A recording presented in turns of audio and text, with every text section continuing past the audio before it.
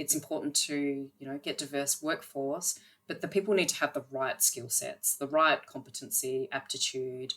They need to have that basic knowledge as well.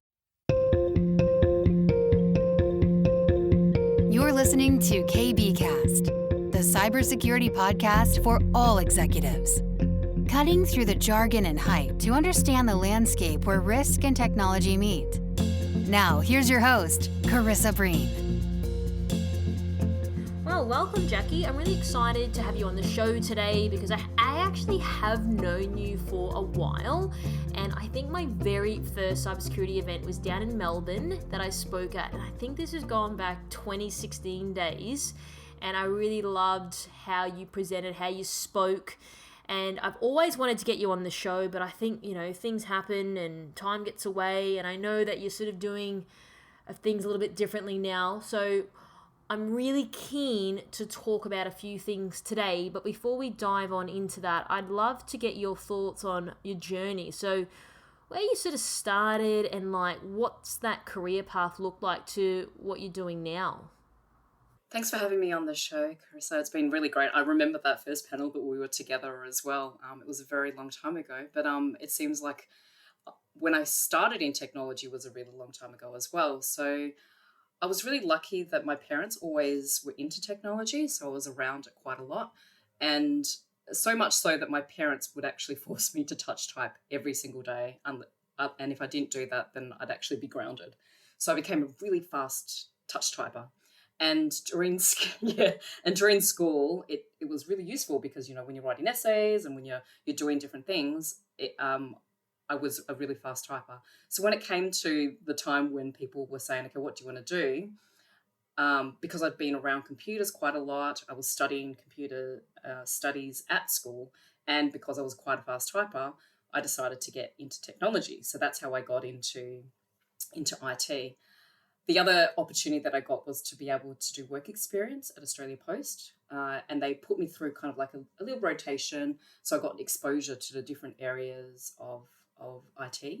And the great thing was that they offered me a part-time job when I was studying at university. So I got to really apply what I was learning at university and apply it to what I was doing at my job, which was quite cool. So having that opportunity to do that was really great. And then when I left university, I became a Unix administrator. So I was there for a year and a half.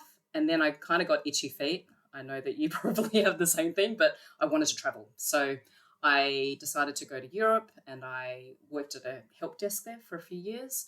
And when I was actually there, they saw some potential in me and they offered for me to run their help desk in Ireland or to join their accelerated consulting program.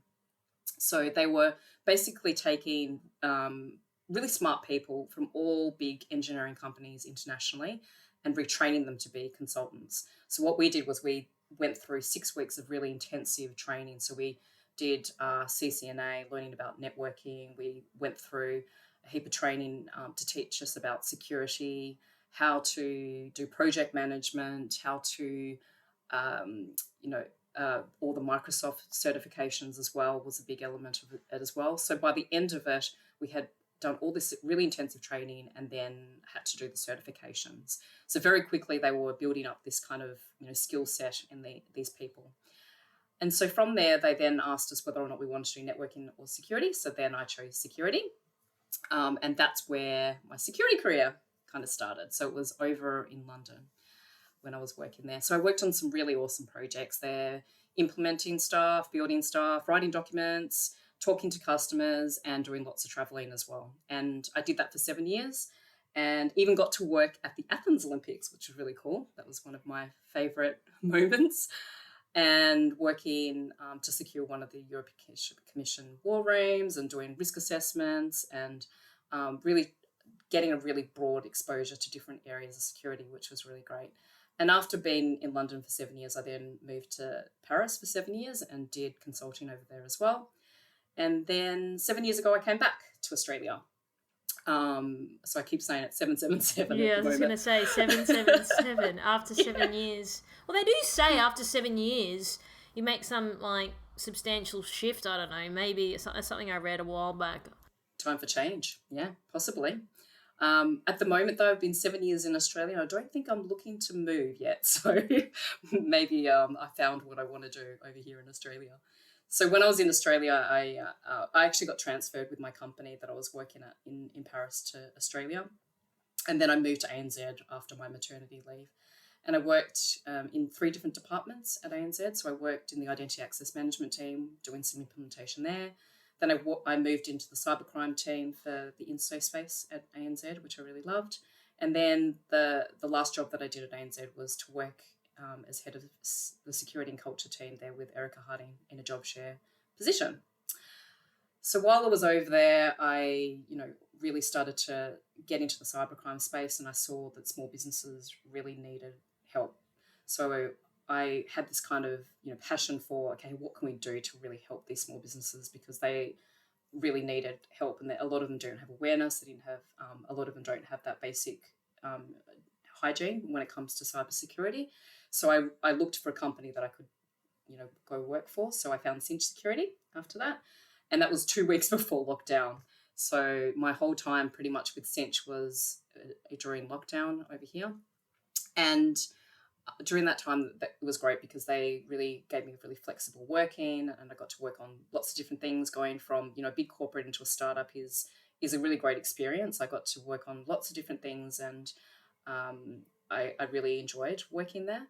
But what happened during that time was that the AWSN, the Australian Women in Security Network, which I'm the founder of, started to gain a bit of momentum. So I was finding it very difficult to be able to manage the home life, manage, working at a startup and AWSN.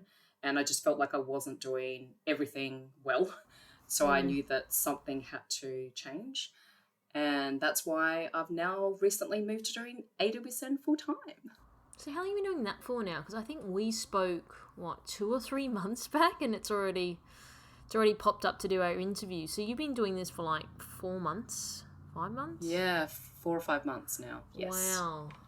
That's gone so quickly. Have you seen, when you said before you're trying to juggle all these things, I totally relate.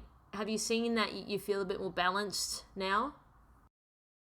I do, because I can focus on one thing. For the last 7 years working on the AWSN, I was working and doing AWSN at night time and on weekends, which was really, really tough. And now it's really great. I remember the first day I was doing it during the day. I was like, wow, it's so great to do AWSN during the daylight hours, which makes it a lot easier, that's for sure. And because now I do it, I can work around my hours as well, so I can work around flexibly, and that's been really great in terms of the balance. So from your story, you've had quite an extensive career working in Sydney, London, Paris, and you've probably seen a fair few things change. And I think when we were sort of speaking last time, I'm not even sure how the conversation popped up, but I think some of the things you're doing in AWSN, you want to have a focus on, as we discussed, getting more women into the space, which is a very topical conversation which occurs in the industry. But then you sort of went on the other side of that, I kind of get bringing people into the space, but how do we sort of retain them? So I'm really keen to hear your thoughts on it, because AWSN is focused predominantly around women, and you've been in this game for a while. So I'd really be keen to sort of unpack what you're sort of seeing and just give us the honest, real and raw viewpoint on what the reality is. So first of all, the reason why I started the AWSN was I literally had walked into a conference and I saw that I was pretty much the only female in the room, and I just didn't understand why there weren't more women in this really amazing career. So that's when I then started the AWSN. So we started to do different events, and I've been working very hard over the last 7 years to build that interest to, with our AWSN cadet program, we're also developing people that have just started out in security. And what's happened over the last few years is I've realized, okay, I feel like I'm doing a pretty good job or okay job at getting people attracted to security. But what's happening is that some of the women have been leaving. So a lot of what our strategy is for the next couple of years is, okay, what can we do to retain the women that are actually in security today? Because to build the pipeline is obviously a very important part of it. But if we find that a lot of the women are coming into it, getting interested in it, and then are leaving, then that's, it's not a very efficient use of time and energy and money, etc. So what we're finding is that, a lot of these, government grants and programs out there are really great. They're really important. But what I guess the thing that's kind of missing sometimes with these programs is that kind of end-to-end and long-term, I guess, outlook. So when it comes to that, start, middle, and, the upper management, making sure that there's a cohesive kind of pathway into each of those different areas, and they're all kind of tackled in a coordinated type way.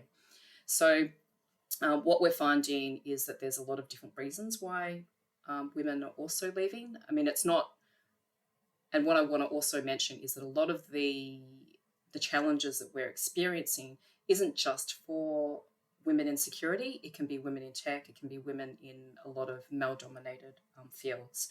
But what I always talk about is that I can't change the world in terms of every company that's out there. But what we can do is we can try to influence it in our particular industry and the people that we work in, because, we can hopefully influence the organisations that we work with to make a difference and try to move that dial, I guess.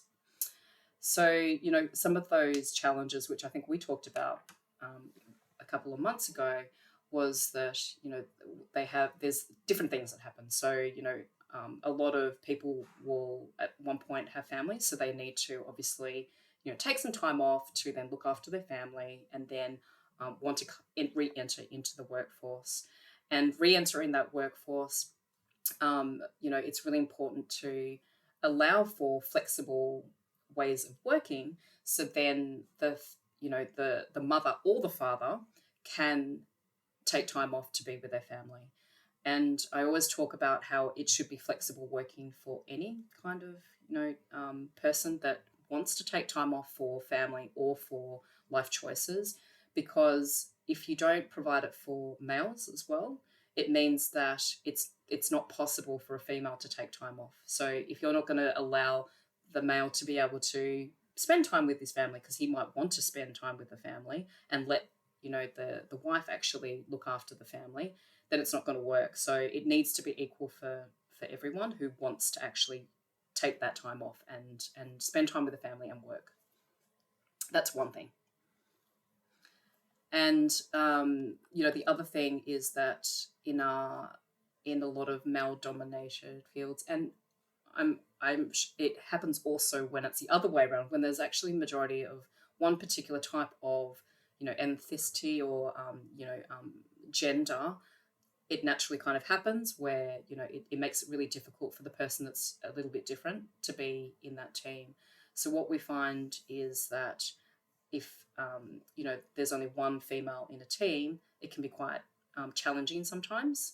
Not all the time. Like, I was often the only female, and I was really lucky because a lot of my colleagues were really great. But I do know and recognise the fact that there are many, many companies and teams that is not the case when it comes to certain team dynamics. So we have a culture problem, I guess, in terms of, well, I would say culture challenge. It's a culture challenge, something we need to recognise, and something that companies need to be conscious of, that it could happen. And that if you see that females are leaving a particular team, it could be something that's going on in that team dynamic that's not quite working for females that might have been in that team.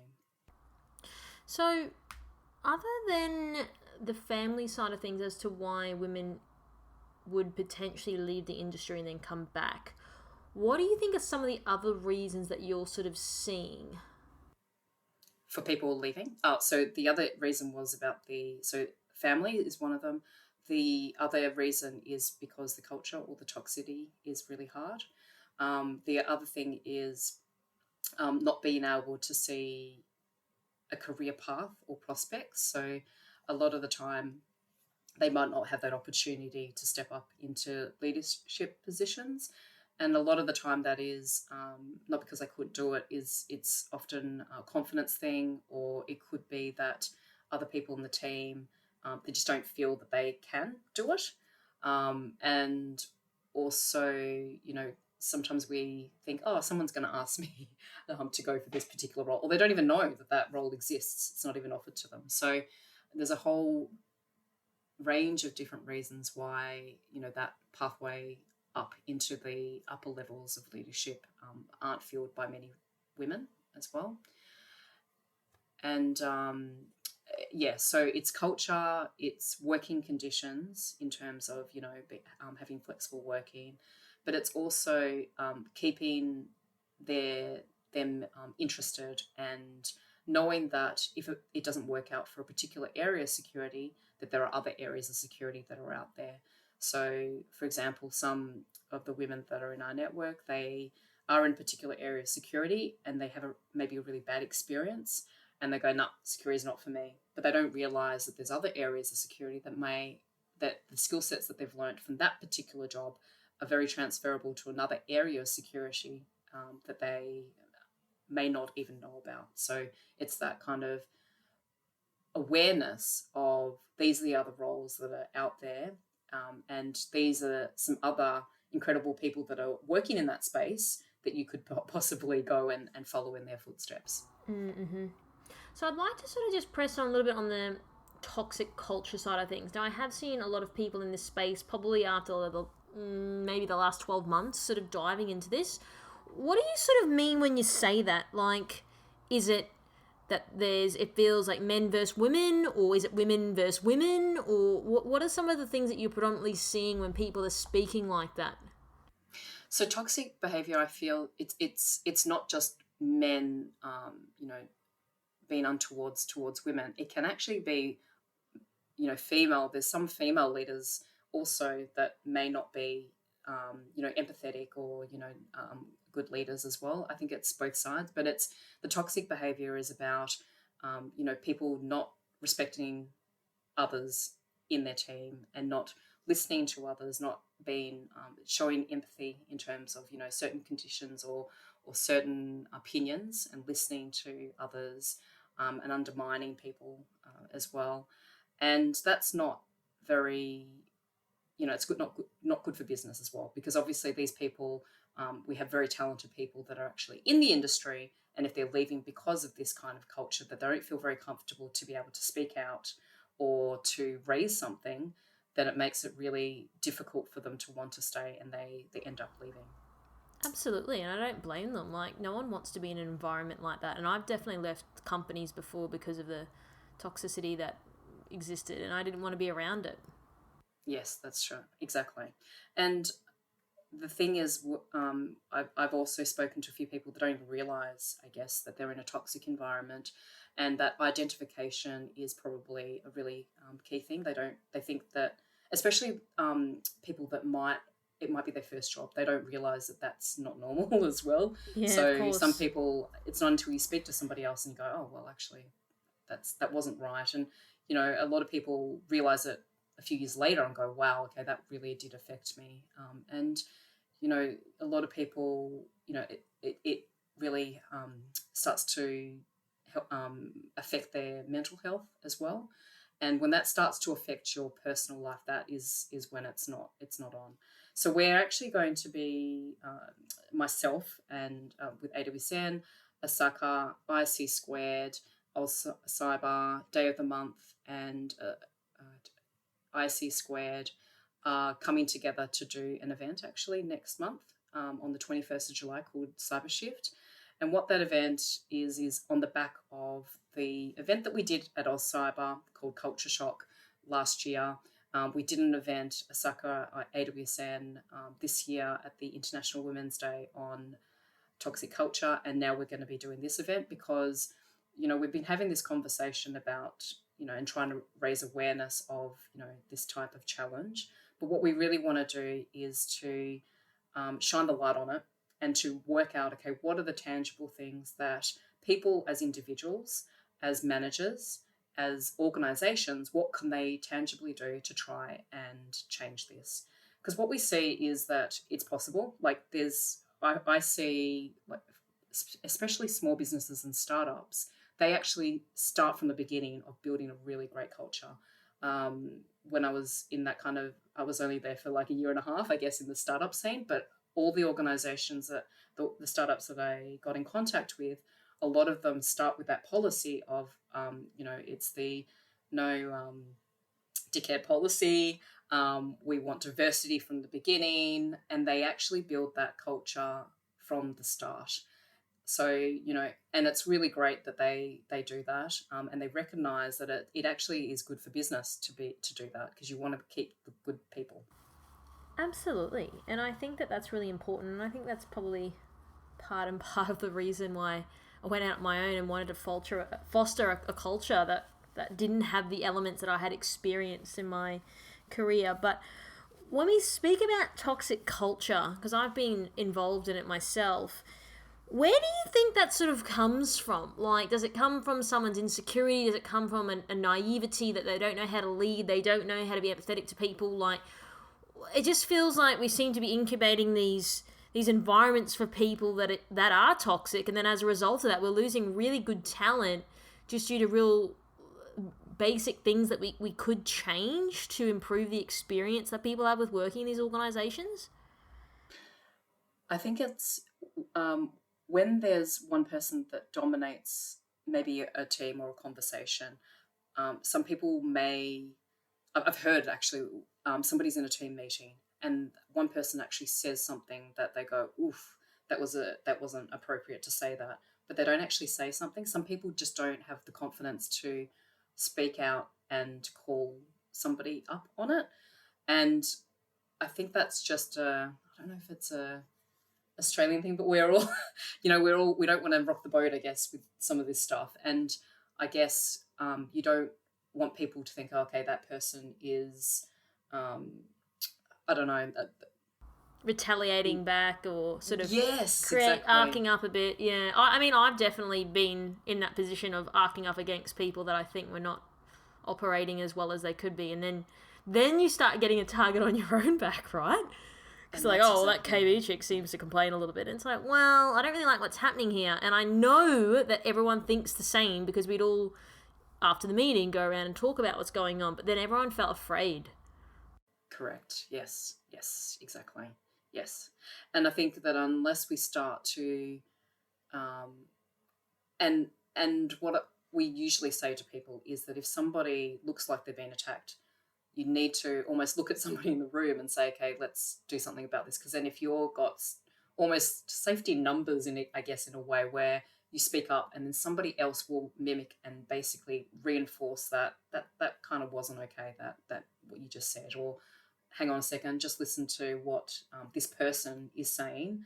And if you think that person has merit in what they're actually talking about, but they look like that they're struggling to express it, just because maybe they don't have confidence because they've been, battered down because everything that they try to bring up as an idea isn't a good idea in the eyes of some people, then you should respectfully not try to take their idea, but to try and help them in terms of, Jessica, that's a really great idea. I really agree with that. Like, I think that XYZ is a great idea to do this, and how about we do it this way? And just to reinforce what that person's saying, because then it just gives them that extra confidence to go, okay, someone has my back and, I've got heard. Absolutely.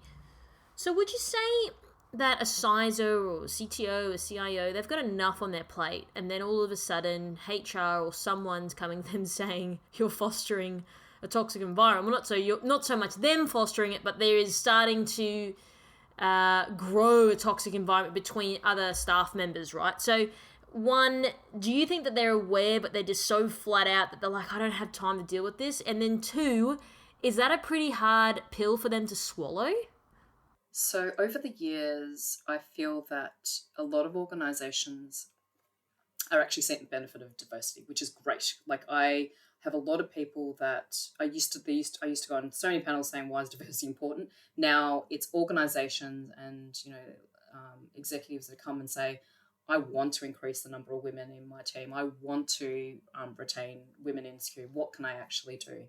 So the conversation, I feel, is changing, which is really great. Not every company, but I'm seeing that a lot more now, which I think is a really positive thing for our industry. And that is the first step, that the fact that they want to do something, I think is really, really good. The second thing is that a lot of them do say that. They go, I just don't know what to do to help, increase it, but also to retain it. So when it comes to, and you have to think that also in a big company, you can't generalize to say one particular company is maybe bad. It could be one particular department or one particular team maybe within it as well. It might not, and to generalize to say that whole company is toxic because, certain things happen, is really difficult. But if it happens to a lot of people, then you just question it and go, okay, well, there's definitely a culture problem, which is why I was saying that if you see that there's a lot of people that are leaving, question that, like go, wow, okay, we've just lost two incredible, females. I should really set up an exit interview just to find out what's going on, just to have a confidential discussion, to just see if there's something that I can learn from or I should have done, so I can prevent it or make sure that it doesn't happen another time.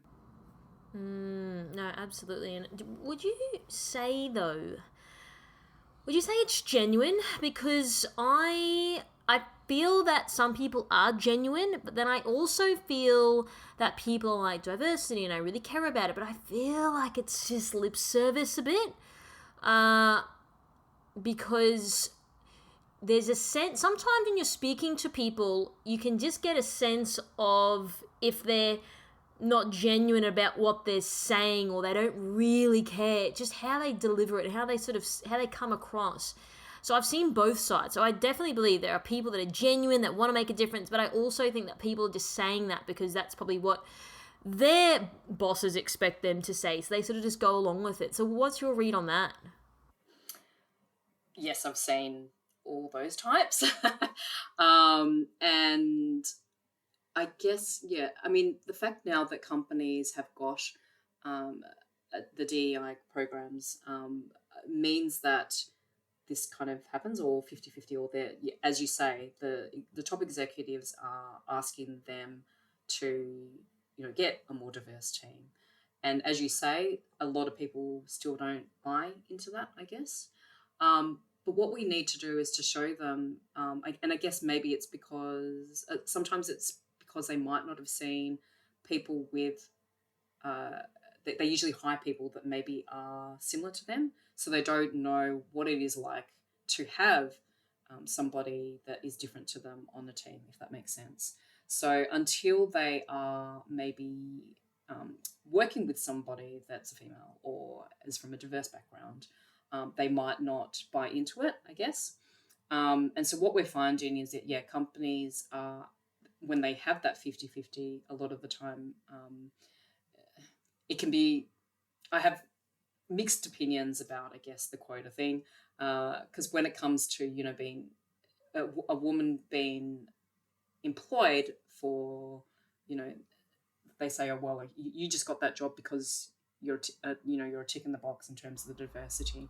And that can be really hard on a female as well. Like, a lot of us in senior management positions experience that. It's like, and we're like, but we actually deserve it.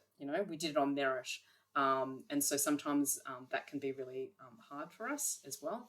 But going back to your question, there are some companies that are out there that kind of, I guess, do it for PR sake or because they're being pushed to do it.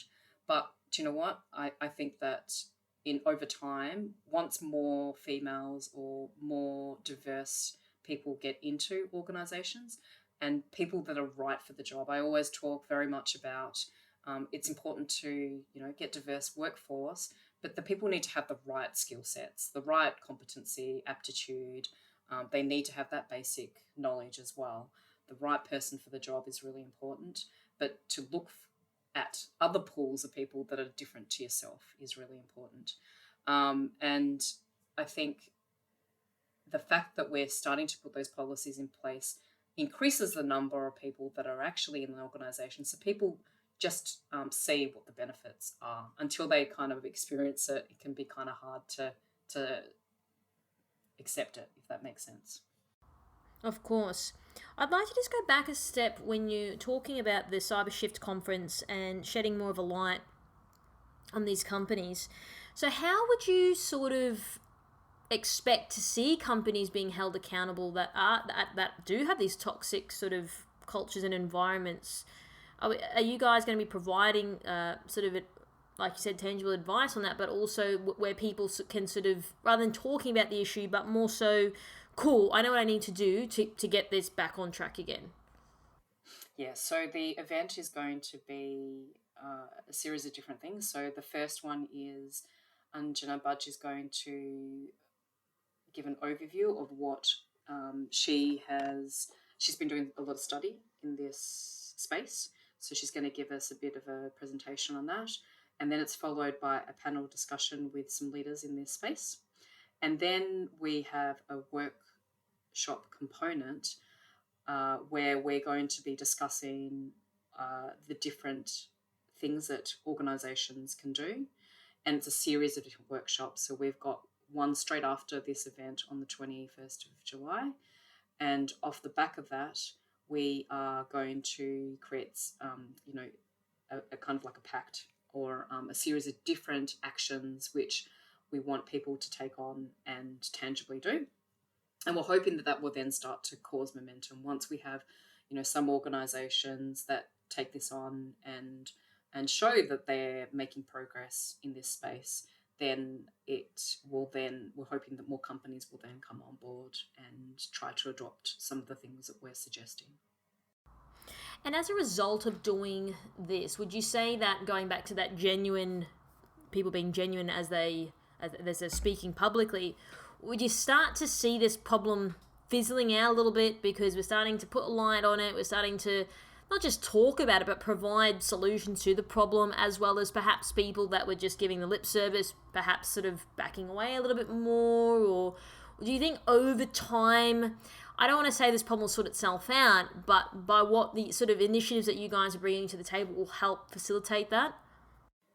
We hope so, because you'll see that once some companies will start to make a difference, and, our industry is pretty small in a way. People talk about where the great places are to work. So I know that, unfortunately, some people in our network, the only criteria for them is, I want to work in a company which is not toxic. I mean, to have that as your only criteria is really heartbreaking for me. It's not about the job itself or anything like that. It's about, I just want to be in an organisation that is going to value my contribution. And so what I think is going to happen is that the good people are going to go to organisations which really genuinely believe in this and are doing something about it. And the organisations that thought, okay, no, this is all just a PR thing, or genuinely don't believe in it, will soon find themselves with not having the high talent and the people that are talented in our industry. Of course. And one of the things I'm curious about when we talk about women, if we just focus on women here for a second, in terms of age brackets, would you say it's more predominantly people of a higher age bracket that are leaving, or lower, or is it mixed? And you may not know that. I'm just trying to gauge, I'm trying to see perhaps maybe that's then underpinned, because maybe people who are younger perhaps feel that they're not being heard at the table and therefore they don't feel listened to, and then their confidence goes. So I'm just trying to perhaps sort of paint that picture in my head about what that could sort of be attributed to. So it has been a mix from the people that I have been speaking to about this. Mm-hmm. And we're going to do some more studies on this as well. But and it is mixed. So as you say, the people that are younger, they move to other areas because they can transition very quickly to another and kind of pivot to another area pretty quickly. Just having a couple of bad experiences, they don't take any of that, and so they want to move somewhere different. Mid-career, it's also the same. Like they often will come in and go, well, it's not actually somewhere that I want to be in this kind of environment, so they can often move out as well. So I don't personally I don't think that there's a difference between whether or not it's entry or higher up, but there definitely are less when it comes to the very senior levels, as we've seen. There's not many CISOs, there's not many heads of department female representatives. Yeah, it doesn't surprise me. I think, even speaking in my sort of career, you had to sort of get to a stage you get penetrate past that point where people overspoke you. I've spoken about it publicly, like people would treat me like the secretary, and it's like, you shouldn't treat anyone like that, but I'm actually here to give you some advice on some security stuff, but okay. And there's sort of that very hard and fast stereotype on you.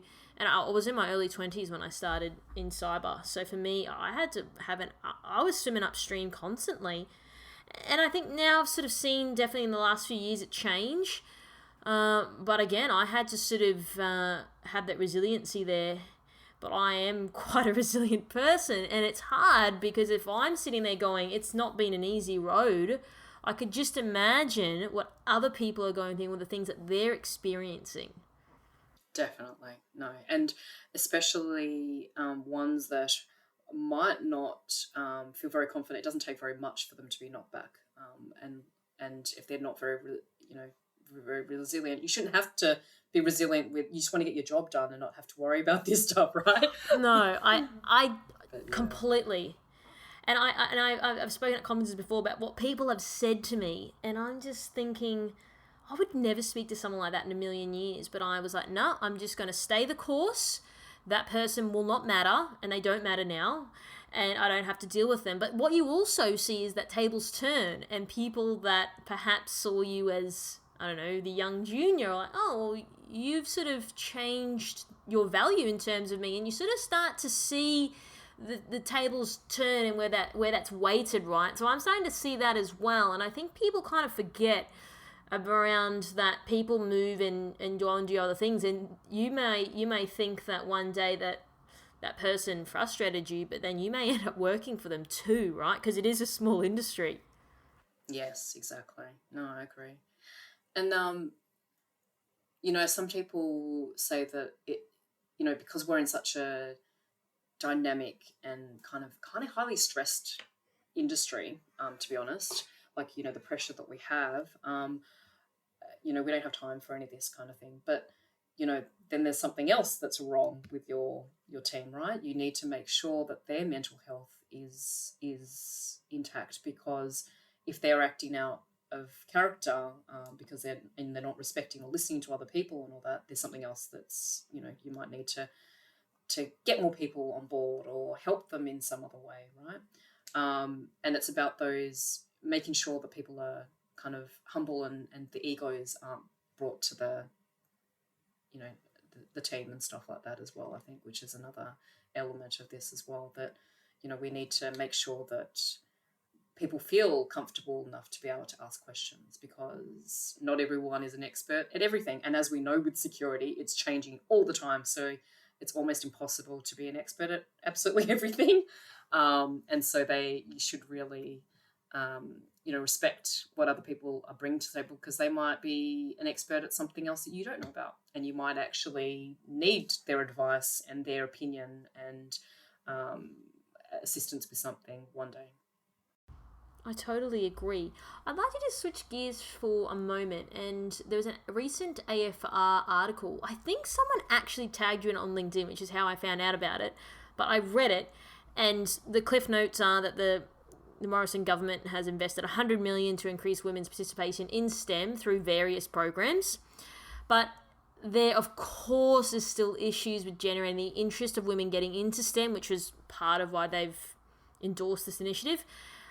But a lot of the stuff that, I've been talking here today is that broader piece, like how do we sort of retain women in these roles? And there's one thing getting them in, but then it's sort of that leaky bucket effect. Well, they're sort of coming in, and then 12 months, 18 months, they're gone on to something else then. So it doesn't really solve the problem long term.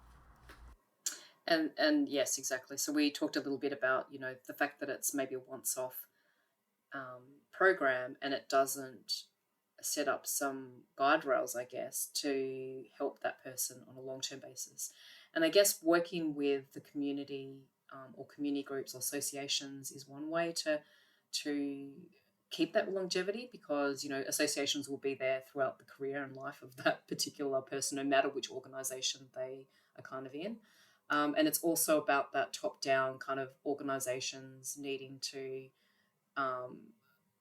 be aware of some of these issues and what they need to do to make it a more welcoming and open, area for people to get into. And I don't think it's sort of like a silver bullet solution to the problem. Like you said, every company's different. People are going to have different challenges. I think also by you guys going out and doing that rudimentary research will help provide insights and see where the trends are, to be able to inform the decisions that are made off mathematical evidence, not just anecdotally speaking, like thinking off the top of your head on this could be the reason, this is what we should do about it. Whereas you've got that science behind the decisions that are made. Yeah, because a lot of the decisions, as we mentioned very early on in the podcast, are kind of out of a lot of the company's hands. A lot of the time it can be for personal reasons that they might leave, and that's something that an organisation might not be able to influence, obviously. And these programs, there's all types of different people that come into the programs, and for different reasons or another, it may be successful and it may not be successful. So I think just the simple fact of actually putting money into this, because they've recognised that we need to do something, is good, and these programs are good, I think. It's just we need to, on the other side, make sure that we're making it the most successful programs as possible, I guess, in terms of the longevity of it. And would you say in recent years that more women, so to speak, have felt more confident coming forward about the actual reality of their environments, their culture, their managers, or whoever, their colleagues, rather than maybe 10 years ago? Yes, definitely. Yeah. I think because there's a lot of, obviously, media about this at the moment, so a lot more people are talking about, these experiences that they're having, and it's about knowing that they're not alone. A lot of them probably thought, okay, it was just me in this, that I experienced this, but once they start to speak to others, and now that it's in the news, they feel a bit more confident about maybe talking about it and sharing, oh yeah, that happened to me too, kind of thing. So this may be a hard question to answer, but I'm going to ask you anyway. Would you say, in your experience and what you've seen, the women that are leaving have had more issues predominantly with men or predominantly with women? Which one sort of has been heavier weighted? That's an interesting question. I'm just curious because I don't know which one it's more of. I feel like it could be women, which sort of blows my mind from what I've had conversations with. Because everyone's saying, oh, it's men. And it's like, No, it's definitely not just men. No, it's females as well, as I mentioned at the beginning. It can be men and women. So, and I can't say, to be exact. I feel that maybe I've heard equally the most amount. Yeah. And I say this because security is predominantly men, but I also want to preface this by saying that we're not having a go at men or women. We're just talking about the issues, but also knowing that a lot of men do stand behind a lot of women. And I know there are a lot of men out there that do stand behind what I do as well. So when people say it's only men, I'm very cautious about that because I don't believe that that's the reality. I would 100% agree with you on that. I'm even though I lead obviously a women in security group, we never would be where we are without the advocates behind what we do. And there are so many incredible men that back up what we do, support us and support women in their organisations, and are really doing, a lot of work to support us. So I genuinely believe that as well. And as I mentioned before, I have to say that I've been really lucky, and the men that have really helped me in my career, I will always be thanking them, and I always do thank them, because, without them, I wouldn't be where I am today, or wouldn't have learnt the things that I've learnt or experienced things that I've experienced. No, that's wonderful. I'm really glad to hear you say that, because it's not often that people would speak like that. So I'm sure that they would be very grateful for that. So, Jacqui, just to wrap up, because this is an executive podcast, perhaps, I know we spoke about a few things here today, but as a recap, what are your top 3 sort of items you could provide to people as advice after they finish listening to this interview that they can take away around sort of the retention of female talent but aren't really sure where to start? So the first thing I think is to instill an attitude that, anyone in an organisation can be a leader, male or female. And if you see somebody that's really valuable in your team, give them a chance, encourage them to take up those opportunities. So that's one thing that I think is important. The second thing that I think that can really help is that equal opportunity when it comes to flexible working, equal for men as well as equal for women, for not just family reasons, but also for life choices. So that's about providing, flexible working, like job sharing opportunities, or to allow for, compressed weeks or things like that, and maternity leave, etc. The third thing is that I've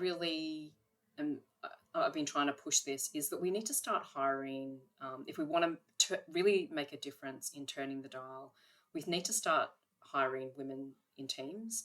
So hiring women that have really great aptitude, attitude, and potential, and hiring them in numbers of 2 or 3, or even teams of them.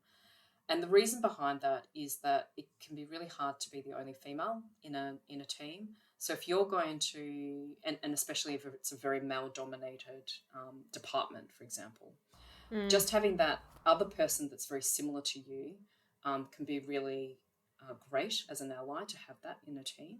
And it's the same for in every other area of diversity as well.